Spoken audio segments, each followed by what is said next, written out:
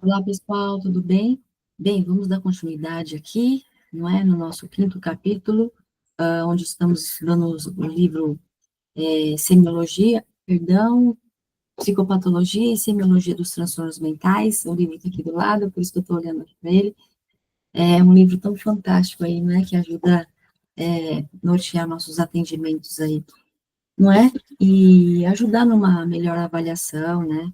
Se aproximar, né, na verdade, de uma melhor avaliação, porque cada atendimento é tão particular, não é tão singular, e quanto mais conhecimento a gente tiver, ajuda aí a gente, ajuda aquela pessoa que nos busca, não é?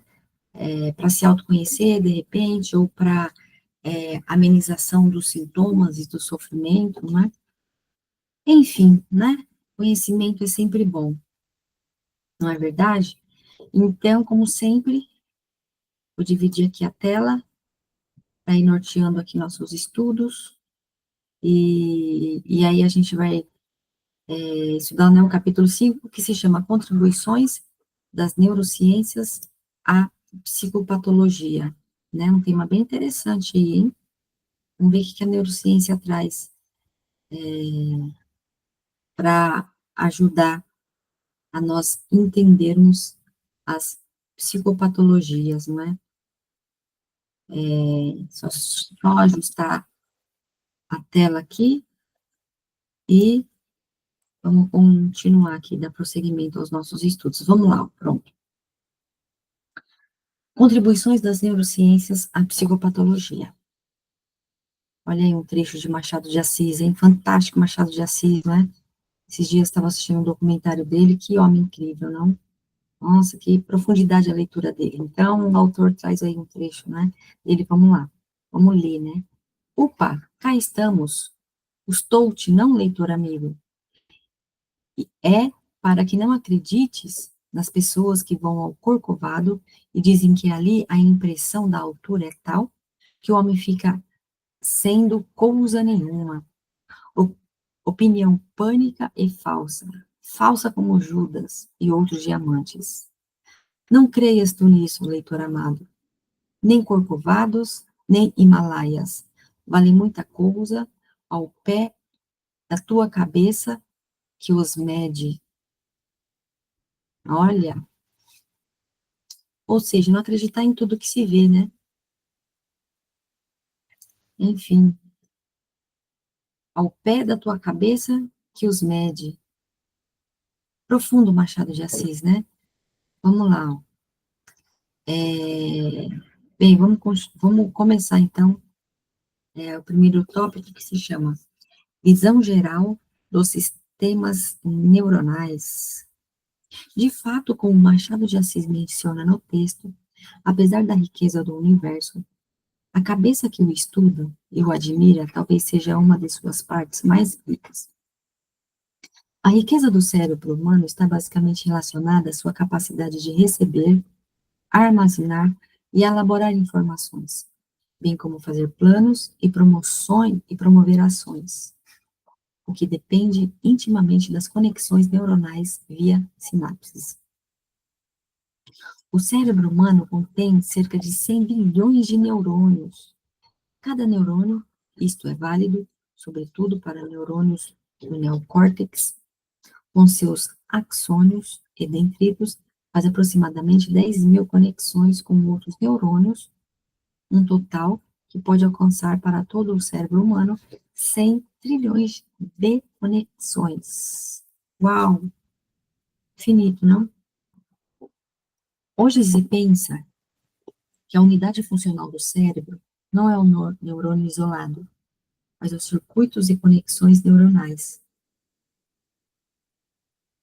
Olha, circuitos e conexões neuronais, funcionamento do cérebro, ou seja, o seu funcionamento, né? Não é um neurônio isolado.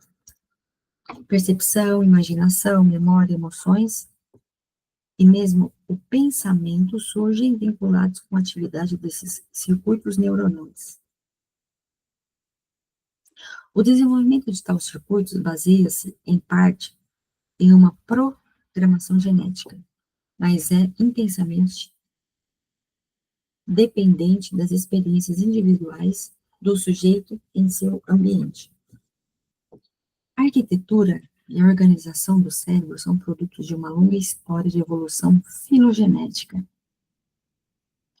As partes filogeneticamente mais antigas do órgão são o tronco cerebral e o diencéfalo, responsáveis pelas funções vitais, como respiração, batimentos cardíacos, temperatura corporal e ciclo sono-vigília. Também antigas são as estruturas límbicas, na parte mesial dos lobos temporais e frontais, associadas às respectivas às respostas emocionais e à memória, assim como, em certa medida, há padrões típicos dos mamíferos, como cuidados parentais, amamentação, brincar e choro infantil. Em termos evolutivos, a parte mais recente do cérebro é o neocórtex de 6 camadas neuronais dos mamíferos. Esse córtex teve seu desenvolvimento maior nos primatas e na espécie humana, principalmente por meio das áreas associativas temporoparieto-occipitais e das áreas pré-frontais. O córtex pré-frontal é o centro executivo do cérebro, né? Aqui, córtex pré-frontal. Ele é responsável pelos pensamentos abstratos e simbólicos, pelo planejamento de ações futuras, pela capacidade de montar um esquema de causas, efeitos e consequência das ações. Córtex pré-frontal dorsolateral. Por dirigir a atenção para uma tarefa, modular o afeto e as emoções, que é o córtex órbito-frontal, assim como adiar uma gratificação e lidar com as frustrações.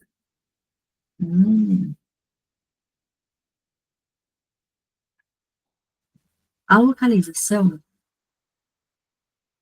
precisa de atividades cognitivas e mentais, em geral, em termos de regiões cerebrais e módulos cognitivos cerebrais isoláveis, tem sido criticada por simplificar a análise do funcionamento do cérebro humano. Há muitos elementos que indicam que os neurônios de determinada área do cérebro não exercem apenas uma função, como linguagem, percepção de objetos, pensamento ou ações motoras. De modo geral, segundo as pesquisas originais de Michael Anderson, neurônios localizados em uma parte do cérebro exercem muitas funções diferentes conforme são requisitadas, revelando uma plasticidade maior do que se imaginava décadas atrás. Há o chamado reuso neurônico, no qual neurônios são utilizados e reutilizados para múltiplas e distintas funções cognitivas, mentais e comportamentais. Assim, por exemplo, a área da ínsula anterior esquerda está envolvida em funções tão distintas como linguagem, memória de trabalho, atenção, raciocínio, audição e emoção. De acordo com os desafios ambientais colocados diante do indivíduo, muitas áreas neuronais localizadas e circunscritas assumem diferentes funções. Assim, não há muito espaço para ultra-especialistas no cérebro humano. Para uma excelente apresentação, esse tema viu ambos, 2016. Nos dias atuais, está cada vez mais evidente que, mais importante do que a localização de um neurônio no cérebro, são as conexões que ele faz com outras células cerebrais. O modo como as sinapses são feitas e refeitas. Olha só que legal, hein? Não é só sobre saber onde está um neurônio, mas é saber como que se dá as suas conexões, porque elas vão se conectando com outras áreas cerebrais. Interessante. Além disso, hoje é consenso que a construção das importantes conexões cerebrais depende intimamente das experiências pelas quais o indivíduo passa. Eu acho que eu falei aí na aula anterior, deixa eu dar uma pausa aqui. Que esse dia eu estava vendo um podcast sobre neurociência, não é? E aí o professor estava comentando que o quanto o ambiente ele influencia na qualidade dos pensamentos, como a pessoa se sente, como a pessoa se comporta, ou seja, como o ambiente, que é chamado de estímulo, né, impacta na resposta comportamental da pessoa, não é? Então, olha aí, né, que a Balaronda está trazendo agora, que a construção das importantes conexões cerebrais depende intimamente das experiências pelas quais o indivíduo passa. Olha aí, tá? Então, pensando aqui, como está diante daquele paciente, como eu disse, não é só avaliar aquela vida única, singular, né? Falar a partir do lugar dele, mas é preciso ver como está esse ambiente, por qual ambiente ele está cercado, não é? Porque está influenciando como ele está se sentindo, no estado de humor dele, etc. Não é? Então vamos lá, continuando.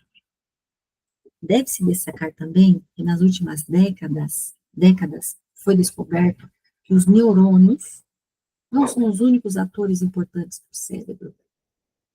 As células da glia, como os artrócitos, os oligodendrócitos e as células de Schwann, não sei se é assim que fala, Schwann, que representam cerca de 85% das células do cérebro humano. Uau! Os neurônios representam apenas 15% das células cerebrais. Nossa, quanto que a gente desconhece, não é? Do que está dentro de nós. E por isso que é desafiador, né, atribuir um diagnóstico. A gente diagnostica a partir do que é conhecido, né? Mas olha aí agora ele falando das células glia, que representam, não é? 85% do cérebro. Bem, continuando. E anteriormente era vista apenas como uma função de massa de preenchimento, de transporte de nutrientes e de proteção dos neurônios. Estes, sim, eram os atores do cérebro. Foram redescobertas pela neurociência. Olha como tudo está em descoberto, né? Descobriu-se nos últimos anos, por exemplo, que tais células da glia participam intensamente do processo de informação do cérebro. São fundamentais para o funcionamento das sinapses, controlam a comunicação sináptica, têm receptores para os mesmos neurotransmissores dos neurônios e influenciam a transmissão sináptica, mesmo longe da região onde estão localizadas. A glia está implicada tanto nos processos neurofisiológicos complexos, na aprendizagem e nas alterações patológicas, como nos transtornos mentais, que no caso é a esquizofrenia, depressão e o transtorno obsessivo compulsivo, que é o TOC, e neurológicos, que no caso é a esclerose múltipla e neuroquímica da dor. Muitos estudos aí, não é? Trazendo mais conhecimento para nós. Bem, vamos para o próximo tópico. Deixa eu só dar uma pausa aqui, trazer mais uma observação, mas é a parte aqui do estudo, tá? Que assim, ó, nosso estudo está sendo norteado por uma leitura coletiva, né? E por que que eu estou fazendo essa leitura coletiva? Eu já falei, não sei se eu já falei nesse vídeo, eu falei em outros vídeos, por vários motivos. Então, vamos lá. O primeiro é que é para nós estudarmos juntas aqui, juntas, né? Não sei quem está assistindo aí. Eu fico feliz se você está me acompanhando, porque na medida que a gente se permite compartilhar o conhecimento, né, através dessa leitura coletiva, né, que em algum momento vai chegar em você, a gente aprende mais na medida que a gente ensina, né? E ao invés de eu ler sozinha, eu decidi compartilhar essa leitura coletiva, tá? Enfim, porque ela vai sendo compartilhada, né? E também, devido a meus horários estarem bem apertados, né? Ao invés de eu estudar sozinha, preparar a aula, postar aqui, né, e compartilhar com vocês, que vai me levar tempo, eu já decidi fazer essa leitura coletiva, porque senão a gente vai o quê? Procrastinando, entende? E aí não sai do papel e a gente não aprende. Meu objetivo é adquirir cada vez mais conhecimento, porque eu estou lendo aqui agora junto com você, não li esse capítulo antes, tá?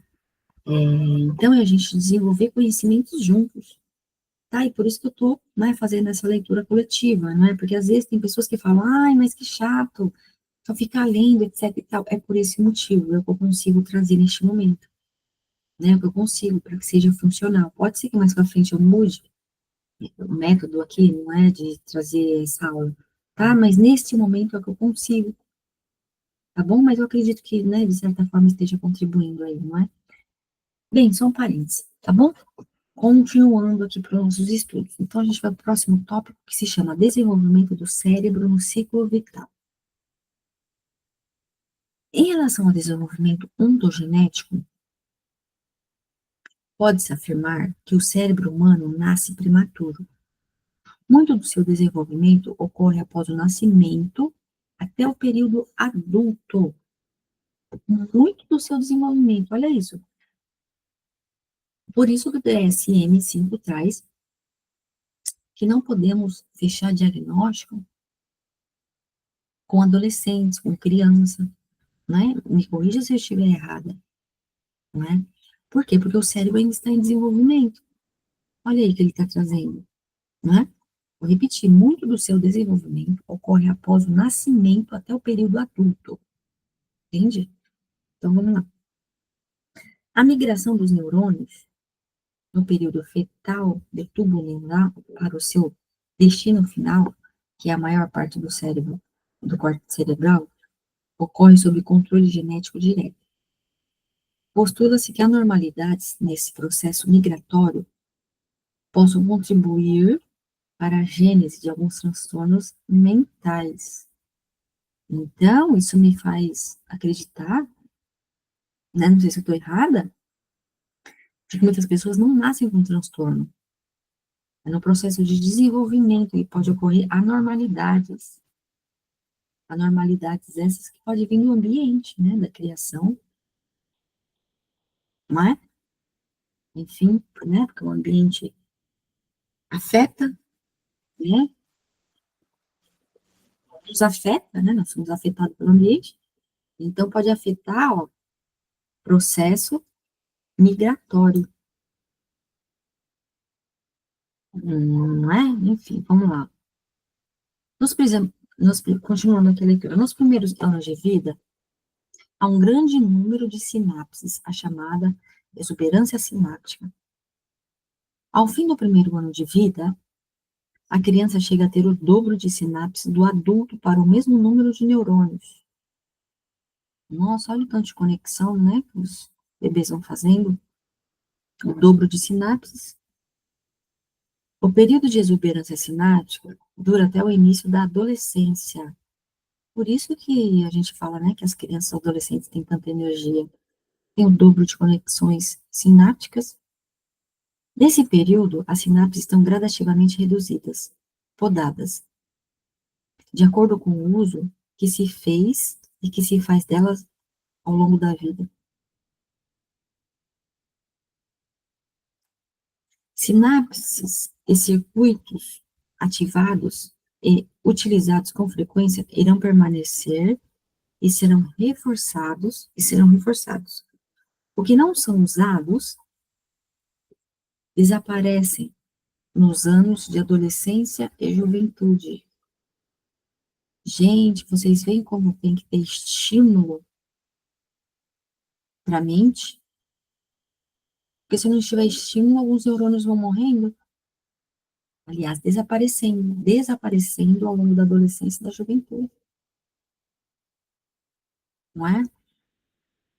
Quanto mais explorar o mundo, mais saudável para aquela criança, para aquele adolescente.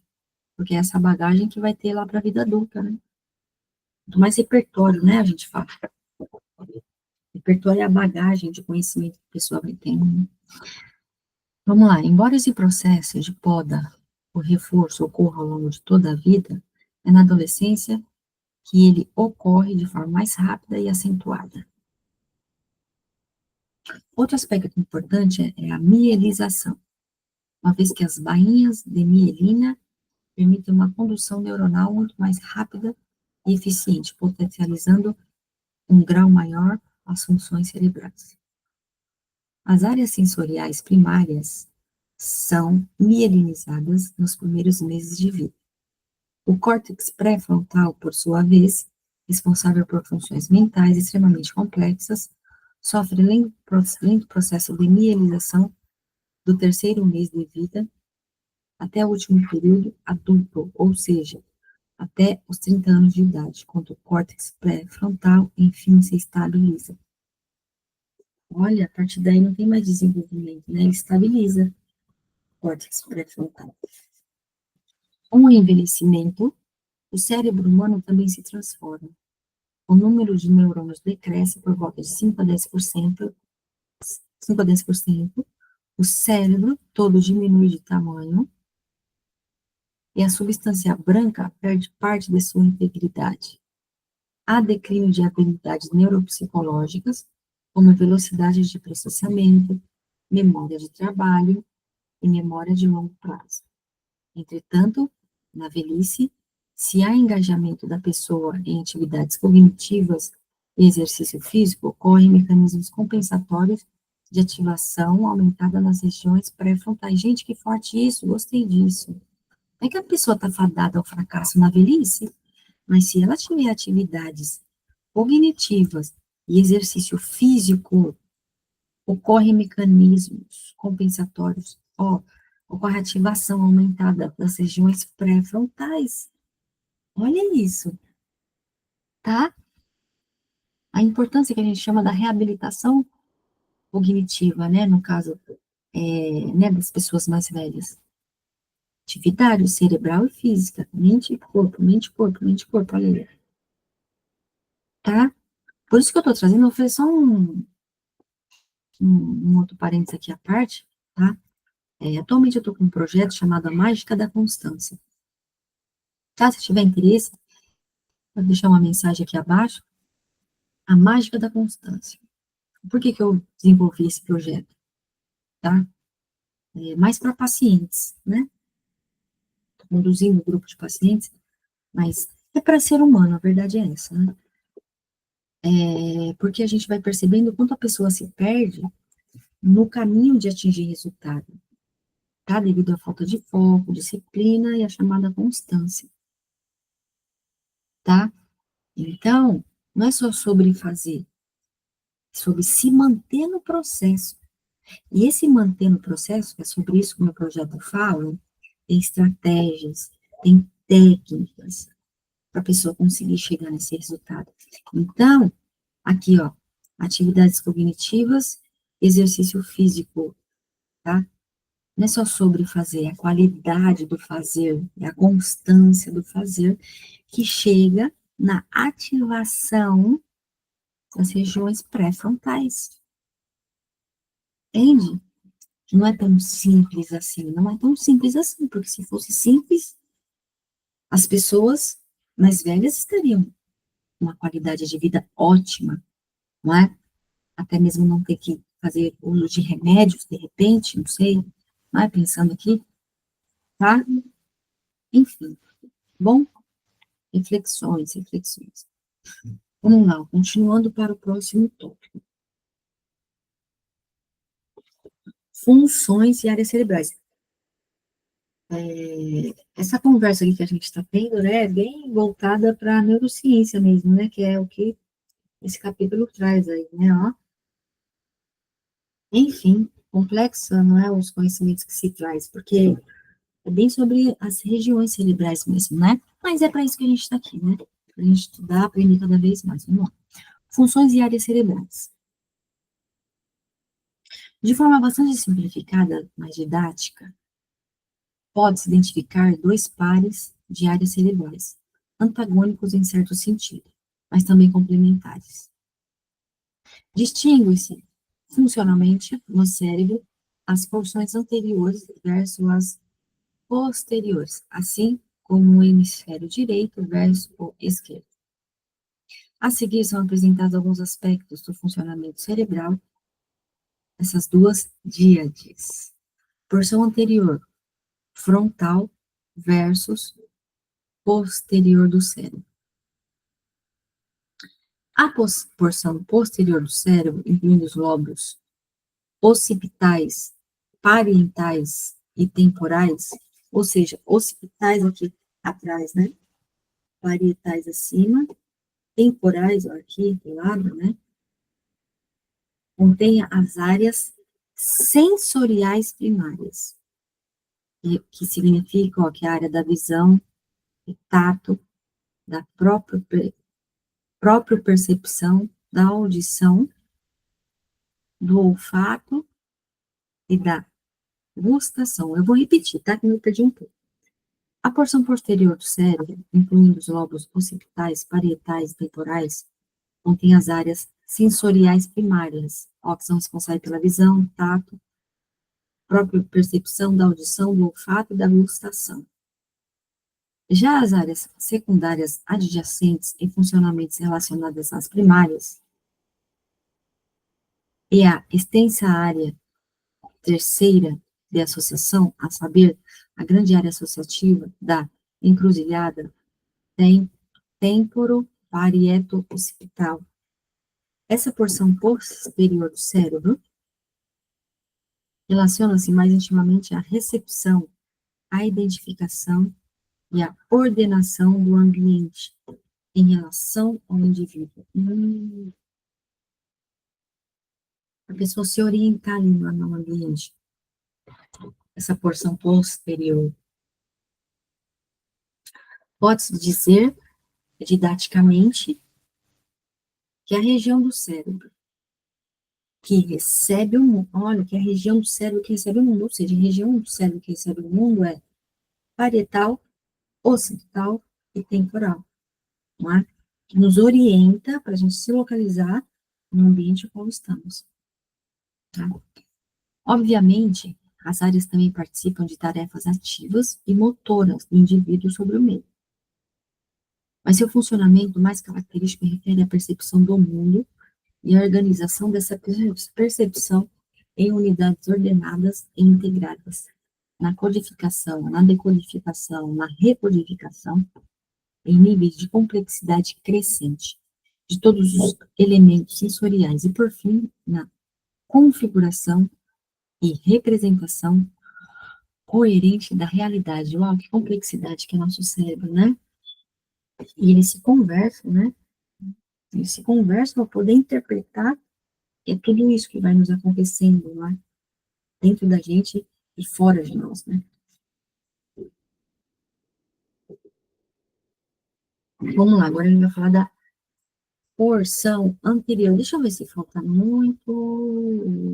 Falta um pouco, né? Uau, vamos lá. Não sei se eu vou conseguir finalizar tudo para a aula não ficar tão extensa. Eu acho que eu vou ler só mais esse tópico, tá? E a gente continua na próxima aula. Obviamente, perdão, a porção anterior, frontal do cérebro, relaciona mais intimamente com as atividades do indivíduo. É a porção do cérebro que age sobre o mundo. Olha, A porção anterior é a região que age sobre o... Vamos ver o que ele vai falar. As áreas anteriores do órgão, principalmente os córtices pré-frontal e frontal, né? Acho que é pré-frontal e frontal, é toda essa região aqui, né? E os núcleos da base, sobretudo o núcleo caudado, também participam da identificação de problemas a serem solucionados, assim como são fundamentais para os mecanismos de atenção. Sua especificidade relaciona-se à criação e ao planejamento de estratégias de ação, a colocação na prática de tais estratégias, a monitoração dos efeitos da ação sobre o meio e a adequação contínua dessa ação perante as condições cambiais do meio. De modo simplificado e resumido, pode-se afirmar que os lobos frontais são responsáveis pelo planejamento da ação e de futuro, assim como pelo controle dos movimentos. Os lobos parietais, pelas sensações táteis, imagem corporal e parte da consciência de si. Os lobos occipitais, pela visão e conhecimento visual do ambiente. E os lobos temporais, pela audição e pelos principais aspectos da linguagem. E, nas regiões mesiais temporais, que é a parte interna, é o sistema límbico, pela memória, aprendizado e emoções. Uau, que complexidade que é nosso cérebro, né? O quão complexo é o cérebro. Bem, deixa eu dar uma pausa aqui, então, e aí a gente continua esse próximo tópico aí, ó, no próximo vídeo, tá bom? Na próxima aula, tá? Então é isso, né? Deixa eu dar um breve resumo aí do que esse autor está trazendo a respeito dessa primeira parte, né? Que é como ele diz, né? A neurociências para entender algumas psicopatologias, né? Ele está trazendo termos bem técnicos aí, não é? Mas bem a parte fisiológica mesmo, né? Do cérebro, não é? E como que se dá, né, o processamento aí das informações, né? Qual parte é responsável pelo quê, né, da nossa condição humana. E aí vai ajudando a gente a entender cada vez mais, né, qual parte que de repente está afetada daquele paciente, não é? Enfim, se é só de cunho psicológico, psiquiátrico ou neurológico, né? Porque às vezes ocorreu algo aí de nascimento e precisa investigar, enfim, né? Todas as áreas precisam se conversar, que a gente fala da interdisciplinaridade, né? Vários profissionais aí precisam se conversar, é isso, né? Para se aproximar do que está acontecendo, né? Com aquela vida, com aquele paciente. Tá bom? Então é isso, e nos encontramos aí na próxima aula, viu? Um beijo para você, boa aula, bons estudos, até mais, tchau, tchau.